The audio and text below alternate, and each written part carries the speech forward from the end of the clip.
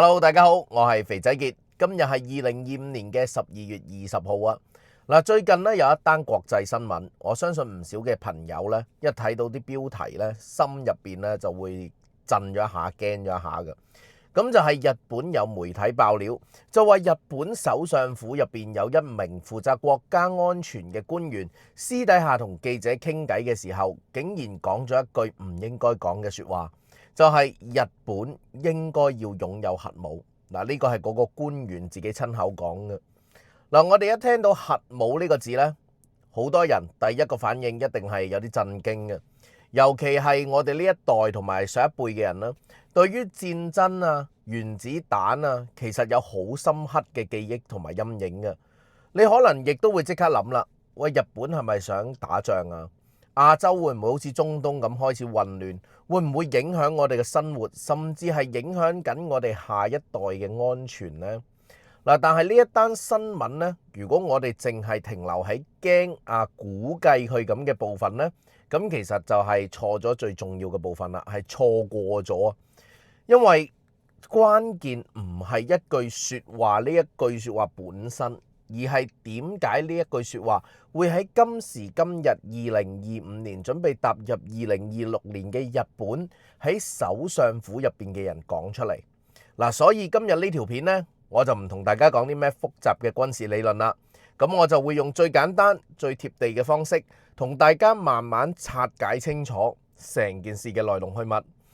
點解日本而家會有首相府嘅人諗到要用核武呢一樣嘢呢？日本政府真係擔心緊啲乜嘢呢？同埋呢一件事其實對於我哋身處喺亞洲啦，甚至普通嘅市民啦，有乜嘢實際嘅意義啊？你睇完肥仔傑呢一條片之後呢，至少你會清楚咗3樣嘢。第一，日本並唔係突然之間想開戰嘅，而係處於一個極度之冇安全感嘅狀態。第二，所謂擁有核武嘅背後呢，其實亦都反映咗日本對世界局勢嘅深層不安。第三，就係點解呢一類說話一出現，會令到成個亞洲嘅氣氛都變得更加緊張。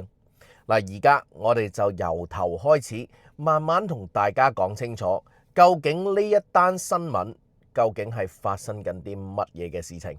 喺影片開始之前，希望大家可以先點讚、分享呢條片出去，等更多人收睇肥仔傑嘅頻道。未訂閱嘅朋友可以撳右下角嘅訂閱，開埋個鈴鈴，咁你就唔會錯過肥仔傑任何一條新嘅影片啦。影片馬上開始。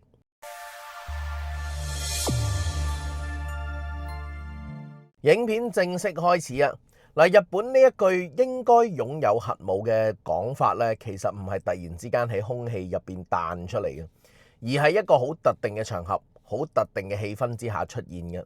根據日本多間媒體，包括共同社嘅報導啦，講呢句說話嘅人呢，就唔係普通嘅官員，亦都唔係學者嘅評論，而係喺日本首相府入邊直接參與國家安全同埋防衛政策討論嘅官邸人士啊。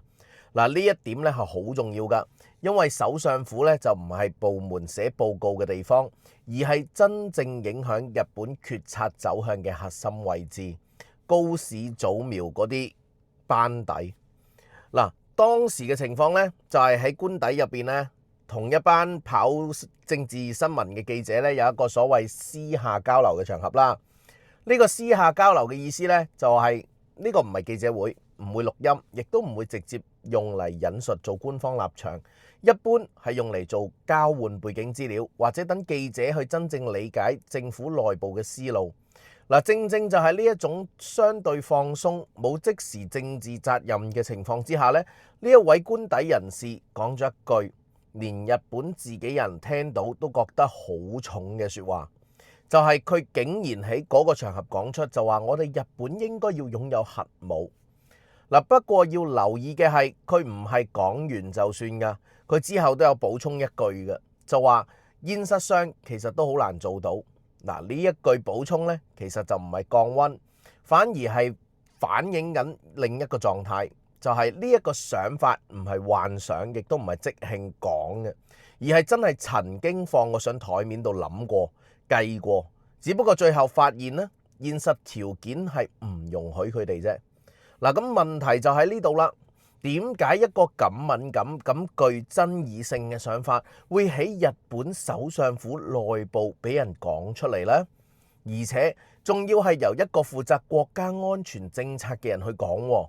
嗱，如果只係一個人亂噏呢，其實好容易切割嘅。但係偏偏日本政府事後嘅反應呢，都冇話同佢切割嘅，又唔係用嗰啲咩個人言論啊、同政府冇關啊呢啲字眼去了事嘅。事情曝光之後啊，日本在野黨咧就即刻有反應啦，就要求高市早苗出嚟交代，甚至有人質疑啊，呢種講法咧會唔會已經違反咗日本長期堅持嘅無核立場呢？去到呢個時候，日本內閣官房長官咧先至出嚟回應啊，就強調話日本政府嘅核政策係冇改變嘅，仍然堅持唔擁有、唔製造、唔引入核武。嗱，表面睇呢一個係一次嘅即時滅火啊，但係同時間你又會發現，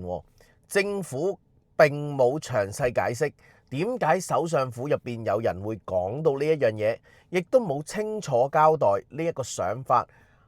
究竟係完全被否定啊，定係暫時擱置呢？而正正就係呢一種口頭否定，但係情緒未完全切割嘅處理方式呢，先至令到件事繼續發酵。因為對外界嚟講，呢一個唔再係一句隨口亂咁噏嘅説話，而係一次非常罕見由權力核心流出嚟嘅信號。你可以話佢係唔成熟、唔現實，但係你唔可以當佢完全冇意義。甚至我覺得佢係放緊風喺度收集緊民意。嗱，更加值得留意嘅係呢件事呢，就唔單止係日本國內嘅新聞啊！我哋中國外交部喺例行記者會上面都未問到呢一件事，回應用詞相當嚴肅㗎，指出如果有關報導係屬實嘅話，事態係嚴重，亦都提醒日本應該要對歷史同地區嘅安全去負責。嗱，呢一種級別或者係層級嘅回應啦，反映咗嘅唔單止係一句説話，而係對日本整體安全走向嘅警惕啊！嗱，換句説話講，呢件事係由一個私下場合嘅發言演變成為國際關注嘅議題，並唔係因為啲媒體刻意放大，而係因為講呢句説話嘅位置、時機同背景都太敏感啦。日本曾經係一個承受過核災害嘅國家，而家竟然由首相府內部傳出嚟話擁有核武呢個講法，本身已經足夠令人去重新審視佢日本而家所面對嘅安全壓力究竟去到乜嘢程度呢？而當一個國家開始喺核心圈子入邊討論核武呢一步呢，其實就已經講明咗一件事啦，就係而家呢個世界對佢哋嚟講呢，已經唔再係以前嗰個可以完全放心依靠別人嘅世界啦。日本之所以會行到今時今日嘅呢一步呢，其實就唔係一朝一夕嘅事，而係過去幾年安全環境一步一步推佢向前行噶。嗱，當日本首相府入邊有人講核武呢個字眼，背後反映嘅唔單止係一句説話，而係日本喺一整套累積已久嘅不安啊！嗱，我哋先講講日本周邊嘅環境啊。嗱，呢幾年朝鮮阿金仔佢嘅導彈試射咧，幾乎變成定期嘅新聞㗎啦，甚至都唔可以話係新聞啊，基本上係變咗日常㗎啦，唔再係偶發事件。有導彈飛越日本上空咧，對於普通日本市民嚟講咧，呢個唔係抽象嘅國際政治，而係實實在在嘅威脅警告。每一次嘅警報響起咧，政府叫市民避難，其實都不斷提醒一件事，就係日本本土並唔係想像中咁安全㗎。嗱，我哋再向西邊去望啊，中國嘅軍事力量咧就快速發展，無論係海軍、空軍定係導彈技術，都已經係今非昔比啦。釣魚台附近一邊周邊嘅呢啲島嶼咧嘅緊張情況咧，近年都越發頻密。對於日本嚟講，呢啲唔單止係外交摩擦，係直接牽涉到佢哋國家安全同埋防衛嘅問題。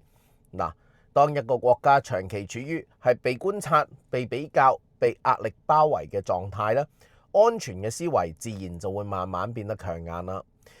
而日本嘅北邊咧，亦都有俄羅斯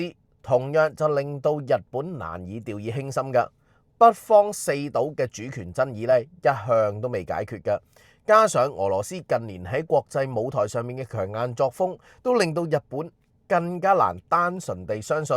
現狀係可以永久維持嘅。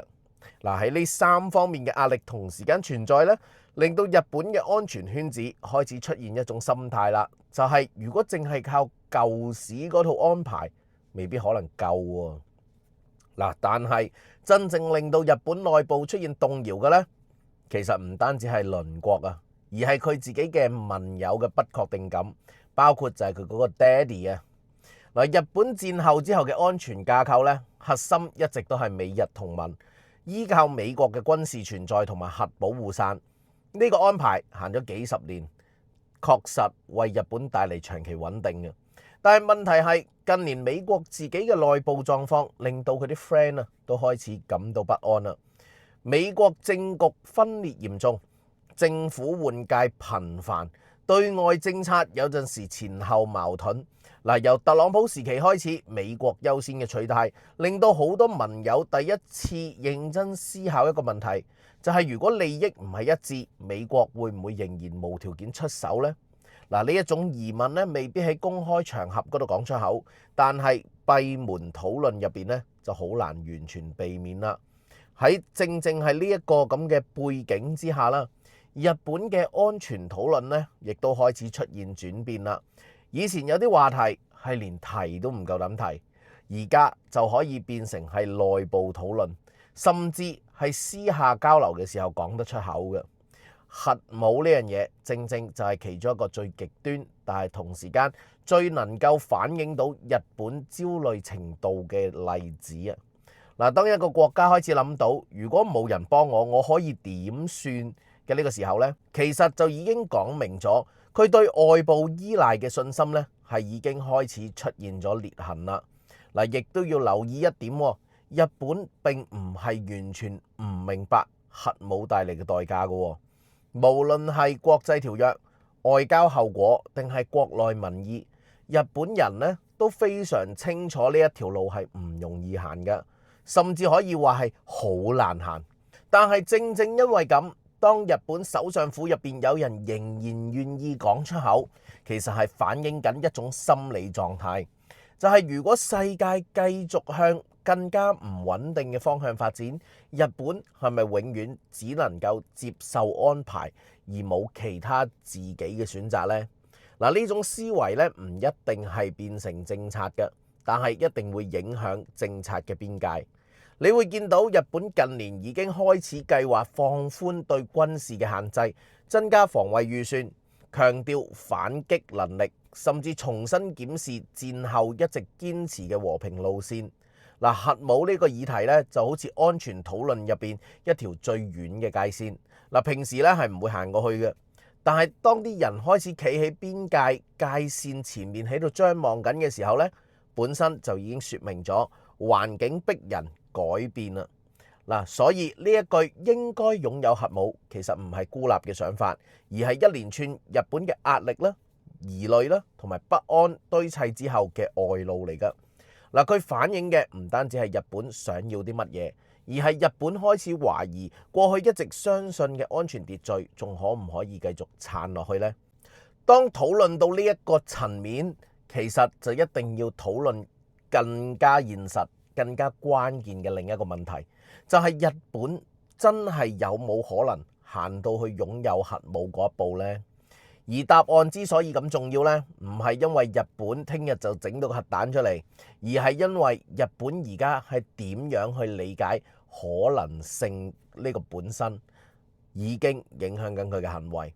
嗱，從現實層面去睇，日本要真正擁有核武呢，面對嘅阻力可以話係重重關卡。日本係核不擴散條約嘅締約國，長期以非核國家嘅身份喺國際舞台上邊建立形象嘅，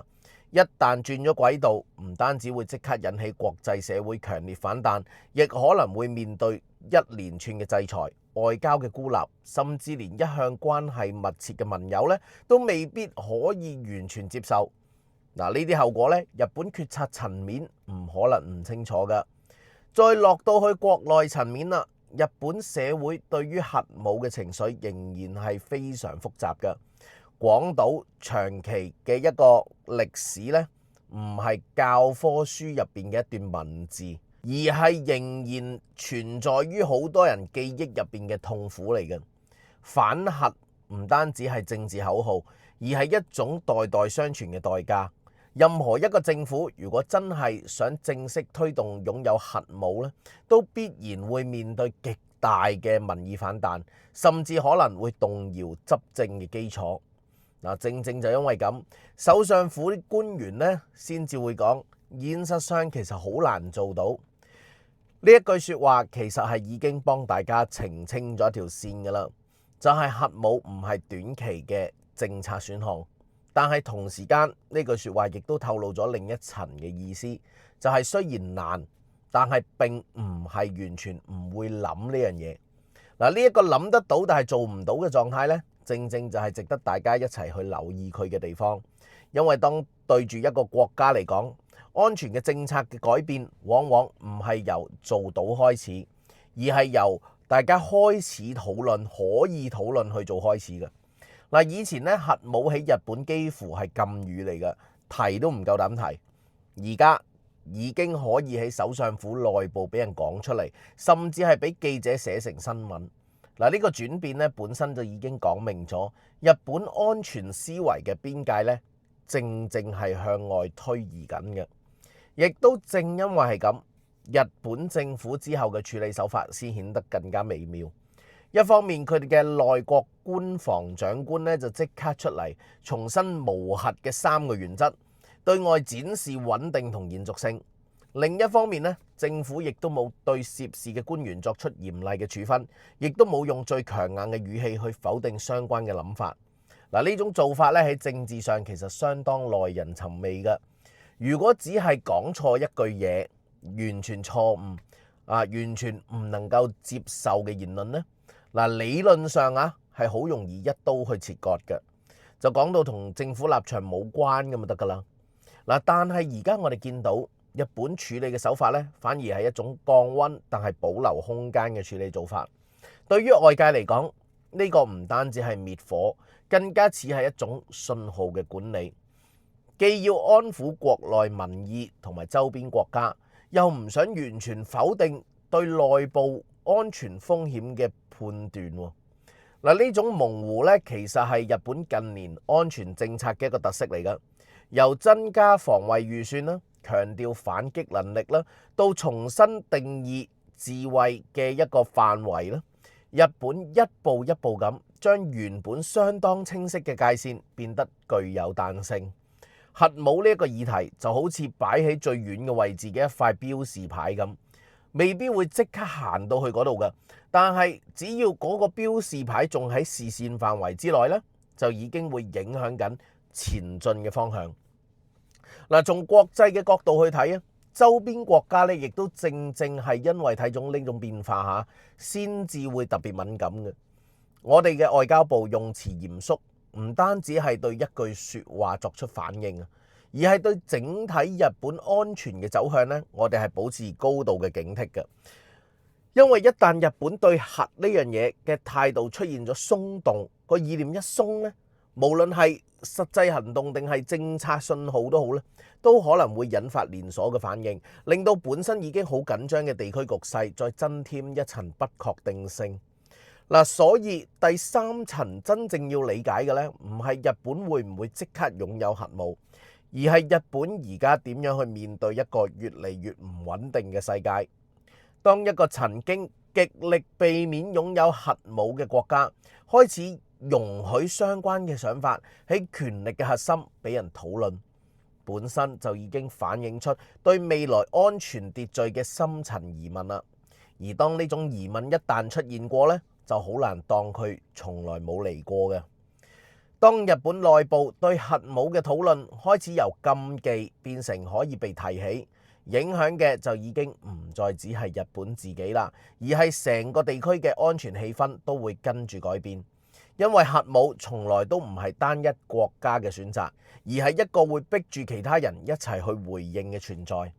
嗱，我哋先睇睇周邊啲國家係點樣接收呢一個信號先。對我哋中國而言呢，日本任何牽涉到核武嘅言論呢，都會被放喺一個好高嘅警戒層級去理解嘅。原因好簡單，日本唔係普通國家，係曾經發動侵略戰爭，亦都係戰後靠美日同盟重新站起嚟嘅國家。一旦日本嘅安全思維出現重大轉向，我哋自然會將佢同地區秩序啦、歷史問題同埋軍事平衡一齊去考慮嘅，而唔會淨係當佢一句失言。所以你見到我哋外交部回應嘅時候，用詞係特別嚴肅嘅，講到責任、歷史同地區穩定咧，實際上就係提醒日本任何一步都唔可能淨係自己嘅事，甚至可能係中日台兩個國家、三個地區嘅事情。而喺朝鮮半島呢類嘅言論呢，同樣都會引發連鎖反應嘅。朝鮮一直就用核武作為自身嘅安全同埋談判嘅籌碼。如果日本內部開始出現核武嘅討論呢，朝鮮只會更加理直氣壯，強調自己發展核武嘅必要性。同一時間，南韓社會內部本身已經存在自己要唔要擁有核武嘅聲音㗎啦，亦都會再次被刺激起上嚟。嗱，呢種相互影響嘅狀態咧，會令到整個亞洲地區進入一個惡性循環。唔一定會即刻有行動嘅，但係每一邊嘅行動都會變得更加多疑、更加防備。而對美國嚟講啦，日本官員講出嗰個應該要擁有核武呢句説話，其實亦都係一個相當微妙嘅信號。一方面，美國一定唔希望佢自己嘅盟友咧係走向核武嘅，破壞呢個核不擴散條約。嗱，另一方面，呢一句説話亦都反映出日本對於美國嘅核保護承諾嘅信心咧，已經唔係100%嘅鞏固啦。對於華盛頓嚟講，呢個會被視為一個警告。如果延伸威脅唔夠清晰、唔可信，內部嘅盟友咧就會開始尋找其他嘅出路啦。嗱，所以喺呢一個層面，日本官員嘅一句説話，實際上同時間係向3個方向發出信號嘅。對於鄰國嚟講，代表日本嘅安全焦慮喺度上升緊；對於北韓、朝鮮半島，增加核問題嘅複雜性；對於美國，就係反映出同盟關係入邊潛藏嘅不安。呢種多重嘅解讀，正正就係核武議題最危險嘅地方。佢唔需要變成現實嘅行動嘅，只係要存在於討論之中咧，就已經足夠改變大家嘅計算啦。嗱，再拉翻到日本國內啊，其實呢件事亦都觸及到一個好深層次嘅問題嘅，就係日本一路喺戰後以嚟建立嘅身份，究竟會唔會開始動搖呢？和平憲法、反核立場、低調嘅軍事角色，曾經係日本同周邊國家建立互信嘅重要基礎嚟嘅。但係當安全環境越嚟越惡劣，日本開始一步一步調整定位，外界自然會問：日本將來會行到邊一步呢？佢條界線又喺邊一度呢？而最值得大家留意嘅係，喺呢個過程並唔係一個震撼性嘅決定開始，而係由一連串語言上面嘅鬆動開始嘅。當一個原本絕對唔應該講嘅選項可以變成係私下討論，再變成可以俾媒體報導，其實就代表心理門檻已經俾人打開咗㗎啦。即使最後你唔會完全跨過去都好啦，但係潘多拉盒子一打開咗咧，就基本上關唔返嘅。嗱，放喺更加大嘅世界背景去睇啊，呢件事亦都反映出一個現實嘅，就係冷戰結束之後建立嘅安全秩序咧，而家慢慢失去咗原本嘅穩定感啦。越嚟越多國家開始懷疑啊，單靠條約承諾傳統嘅同盟係咪足以應付未來嘅風險呢？日本嘅核武討論只係其中一個表現關注嘅形式，但係佢之所以引起咁大嘅關注呢，正正就因為日本一直係被視為最唔可能行到呢一步嘅國家，所以去到呢一刻，成件事已經唔再係一個官員私下嘅言論咁簡單啦，而係一面鏡照出咗日本、亞洲以至整個國際社會而家面對緊一個越嚟越缺乏確定性嘅安全環境，而呢種不確定呢，先至係真正令到各方感到不安嘅源頭啊！去到呢一步，其實就可以更加清楚睇到日本官員嗰句說話之所以引起咁大嘅迴響，唔單止係因為內容敏感啊，而係因為佢揭示咗日本而家處於一個夾喺中間嘅尷尬位置。一方面，日本好清楚自己仍然未準備好，亦都承受唔到真正走向核武，但係另一方面呢，佢又越嚟越難再用過去嗰套安全嘅故事去說服自己同外界。嗱，呢種矛盾呢，最明顯嘅表現就係日本政府而家嘅語言同埋動作啦，開始出現一種微妙嘅落差。語言上，日本仍然反覆強調自己係無核嘅三原則，強調和平立場，強調國際承諾，但係動作上呢，就不斷強化防衛能力，提高軍費，擴大日本自衛隊嘅角色，亦都越嚟越頻繁咁去討論最壞情況嘅應對。之前高市早苗所講台灣有事論，亦都係 base 於呢樣嘢而出嚟嘅。核武呢一個議題，正正就棘咗喺語言同現實之間，成為一個唔可以講到明，但係又揮之不去嘅陰影。而首相府嘅官員喺私底下講出嚟呢，其實就好似一道裂縫咁，令到外界第一次可以偷睇到日本權力核心入邊究竟擔心緊啲乜嘢，焦慮緊啲乜嘢。佢講嘅唔係政策宣言，而係一種極端情況下嘅思路。如果現有秩序真係撐唔住，日本仲有冇其他路可以行呢？正正就係呢個問題冇答案，先至會令人不安啊！同時間呢件事亦都凸顯咗日本國內嘅輿論嘅分裂啦。好多日本市民嚟講呢，核武仍然係不能接受嘅存在，係戰爭同災難嘅象徵。但係亦都開始有另一把聲音，特別喺安全嘅圈子入邊，同埋部分政界人士呢，就認為世界已經唔同咗啦，單靠道德立場同埋歷史記憶未必足以保障現實嘅安全。嗱，呢兩種諗法之間嘅拉扯呢，暫時未必會爆成公開衝突㗎，但係已經慢慢影響緊呢政策討論嘅方向㗎啦。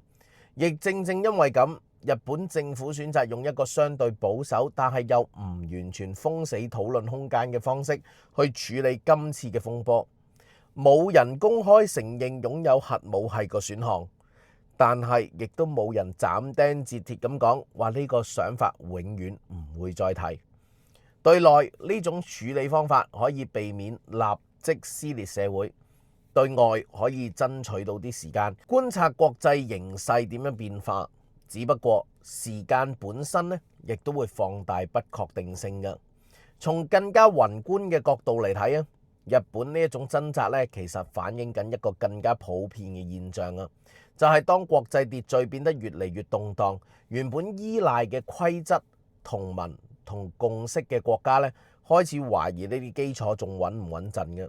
日本並唔係第一個出現呢種疑問嘅國家，但係佢之所以特別受到關注，正正係因為佢過去一直係被視為佢係最克制、最守規矩、最乖嗰一方。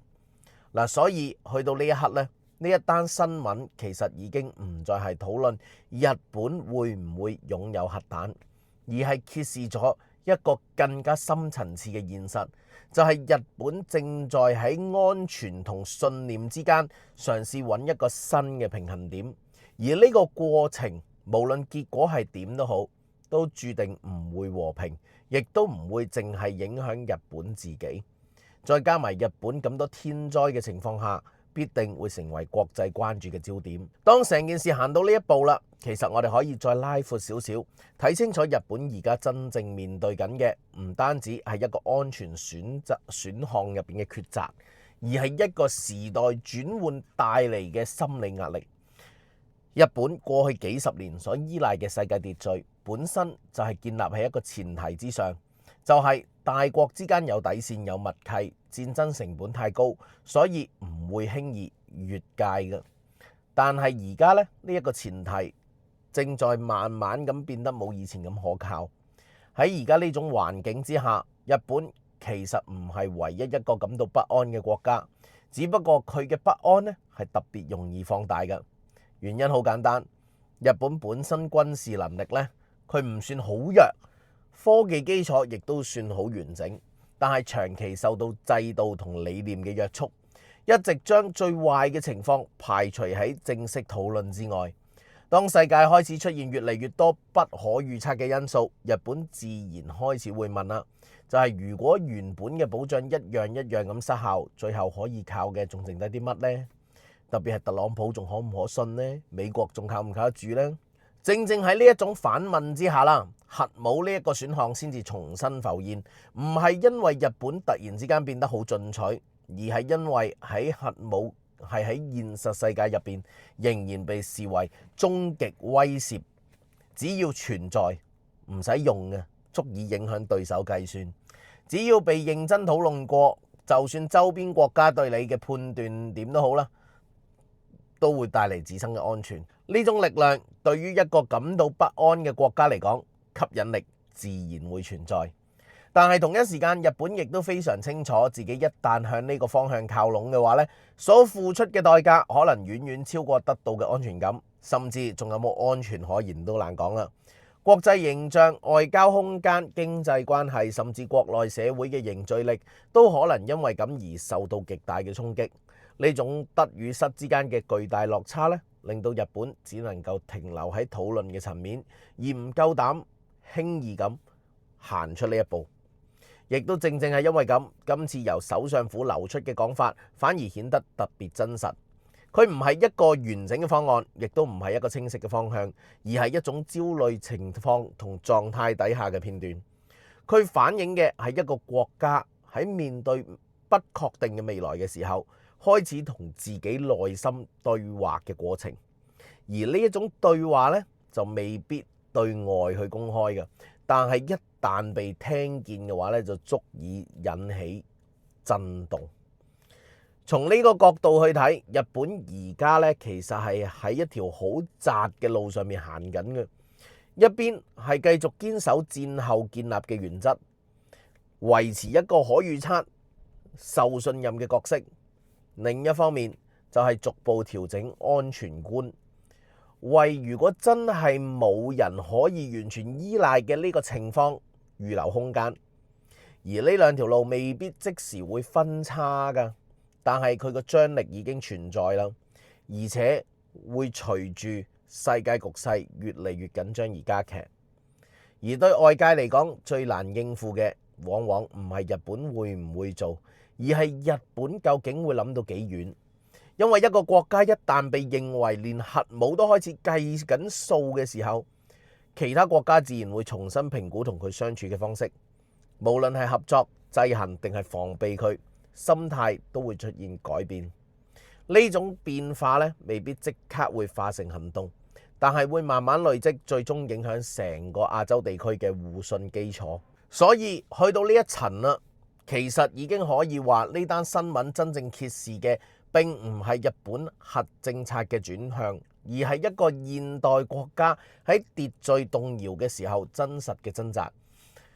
當規則開始失靈，承諾開始被質疑，每一個依賴秩序生存嘅國家都會被迫重新思考底線嘅角度喺邊度。而日本只不過係較早、較坦白咁暴露咗呢一種思考嘅本身。行到呢一度，其實亦都可以好清楚咁講，今次日本首相府入邊嘅官員講出嚟話應該擁有核武呢個說話，真正令人不安嘅從來都唔係核彈嘅本身，而係世界已經去到一個連最唔應該去諗核武嘅國家都開始有人認真去諗過甚至討論過呢條路線嘅階段。日本唔係一個衝動嘅國家，亦都唔係一個會輕率作出極端決定嘅政體。正正相反，日本喺呢幾十年嚟都係靠住制度、規矩、長期計算去行每一步，特別喺戰後之後。所以當一個咁樣嘅國家喺權力核心入邊都容許有人講咗出口，去到最壞情況可以點做嘅時候，嗱，其實已經反映出外在環境對佢嘅壓力係好大嘅，遠比新聞入邊見到嘅嚴重。而呢一單新聞唔係一單日本要核武嘅新聞，而係一條世界嘅安全感正在流失嘅新聞。